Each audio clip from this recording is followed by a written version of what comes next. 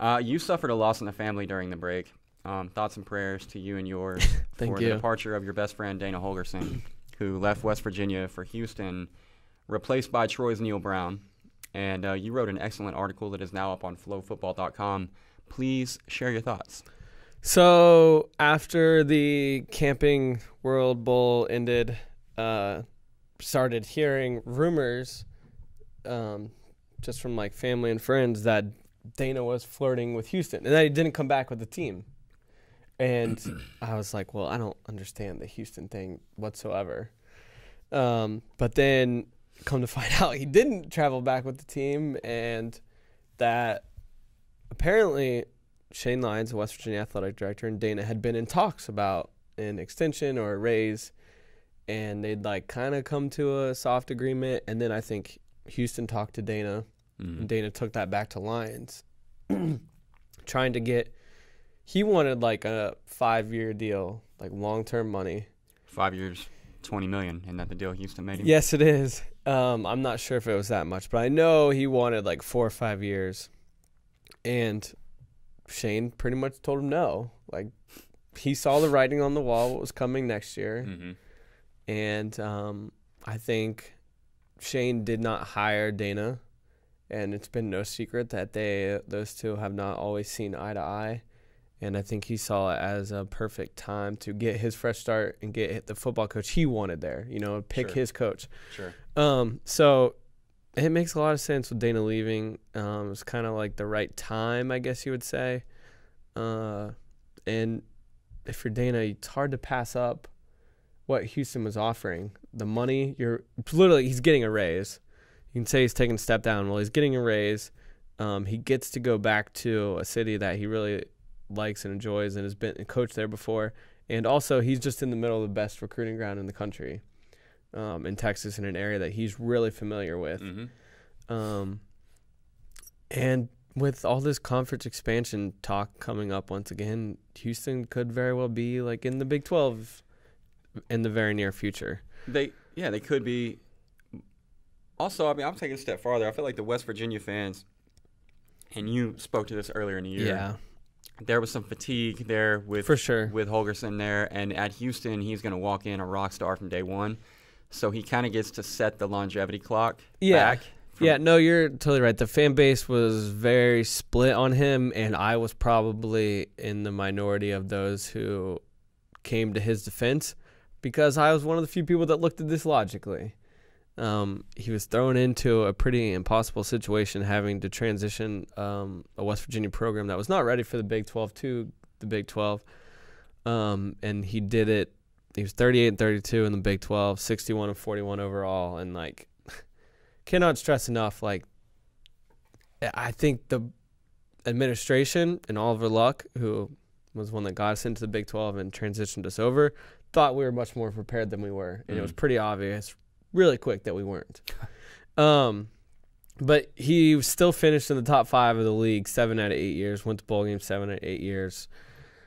He won a BCS game against Dabo and Clemson. Yeah. I mean, you can't be upset. And then the other part I wanted to bring up, because everyone just wanted to talk about the disappointment in bowl games. And he went 2-5 in bowl games. Well, West Virginia all time is 15-21 in bowl games. No coach has a winning record in bowl games. Just something that we have struggled in forever. And then you look at it a little bit closer, and 3 times his starting quarterback was out.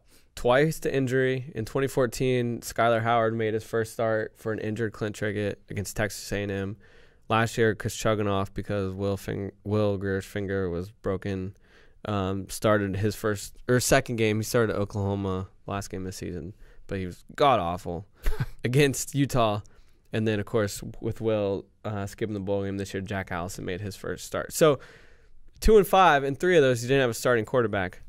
So I just wanted to talk about how you can be appreciative of what Dana Holgorsen did for West Virginia football, because without him and his leadership and familiarity with the Big 12 and the offense that fit perfectly in, and just his experience, we likely would have gone into the Big 12, and we would have immediately, just imagine we went into the Big 12 a year earlier with Bill Stewart.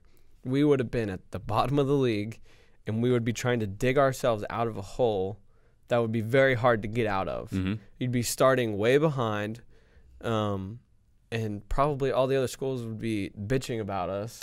They don't belong. They don't belong. They don't belong.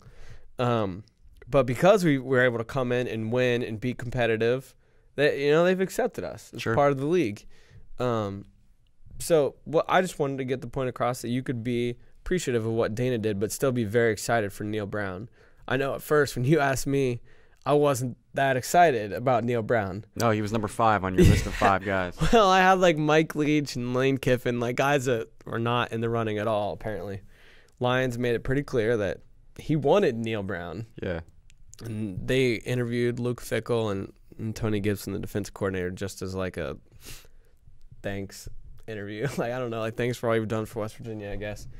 But he made it his mission to get Neal Brown, and they did. And ever since I started like reading more and more on it, I'm really excited. He's kind of the opposite of Holgorsen. Holgorsen, you could argue things have gotten a little stale. I know, like, he didn't like to get out there and smooth with boosters and just, like, go to all the fundraising things and this and that. But Brown will do that. He's going to go out in the community. He's going to talk to everybody. He's really high energy. He's a people person, super genuine. So it's going to be a different vibe around the program, but I'm really excited. He was 31-8 his last 3 years at Troy, Power 5 wins at LSU and Nebraska.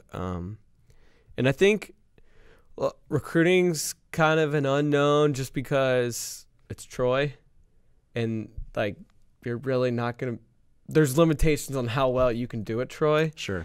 But I mean, he's hit the ground running. He's bringing 4 or 5 guys over from Troy with him, and they're already offering kids. And I don't know why, but Holgorsen did not make in-state recruiting a priority. I know there's not a lot of talent in West Virginia, but there's currently a 4- and 5-star offensive lineman that literally got no attention from West Virginia whatsoever. And now that Neal Brown is there, he's already talking to them and trying to get them on campus for visits, and they're willing to listen and are receptive to it. So it'll be interesting. But I'm really excited. August 31st can't get here soon enough. James Madison, you're screwed. Back in. No, I am back in. I was all out, and then we the video Houston put out announcing Holgorsen, it was so savage. It was him holding the Red Bull, and he said, "Y'all want to go win some games? Let's go win some games," which is what he said right before West Virginia went for 2 against Texas, and it didn't really hit me like how weird and strange it would be because I knew he was gone. Yeah. Yeah. Everyone knew for like 3 or 4 days. Houston was just waiting till New Year's Day because his buyout dropped $1 million on New Year's. So they were just waiting. And I knew he was gone, but it didn't like register with you how weird it would be until you saw that. And it was just like a punch to the gut. The Red Bull really put it over the top, right? It's like, oh man, what is happening? And but then West Virginia put out this badass video, and it was like, all right, I'm back in. Yeah. Let's go. Yeah. I learned from that Holgorsen video that Houston has a hand sign that I didn't know they had a hand sign. Yeah, this is great. Yes. So you were telling me that it's what is it supposed to be? A cougar without a finger? Right. So this is what it looks like. And Holgorsen kept doing it. I kept seeing him doing it. I didn't know what it meant. And I was like, I remember like when I was like doing it with my hands when I first saw him do it. And I was like, is this an H? Like, what is this supposed to be?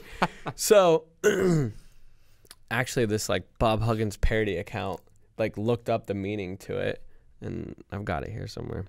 But essentially the University of Texas. Who? Yeah, the University of Texas. I swear to you. Okay, the Cougar hand sign. The hand sign is made by folding the ring finger of the right hand toward the palm of the hand. Its origins date back to 1953 when Shasta, which is their Cougar, Shasta 1 lost a toe in a cage door. University of Texas fans mocked the Cougars' injury by making the hand sign, and UH quickly reclaimed it as a symbol of pride. So you mean to tell me that Texas mocked another school's hand sign? I mean to tell you that Texas, who will cry if you do horns down, started this hand sign. And they were Wow. making fun of an animal. An animal that lost a finger. Right. And they love Bevo. Can you imagine if a team made fun of Bevo? Well, they have displayed a great deal of insensitivity toward any animal other than Bevo, because Bevo tried to kill Uga the other day. That was messed up. That everyone was like, "Oh my God, Bevo set the tone. Bevo, that was like Bevo not putting up with anything." Like, Bevo tried to kill a dog, Yeah. and he hurt people. There's Yeah. people with like scratches all over their backs, and we're just gonna act like that's okay. No, he should be put down. We should eat Bevo.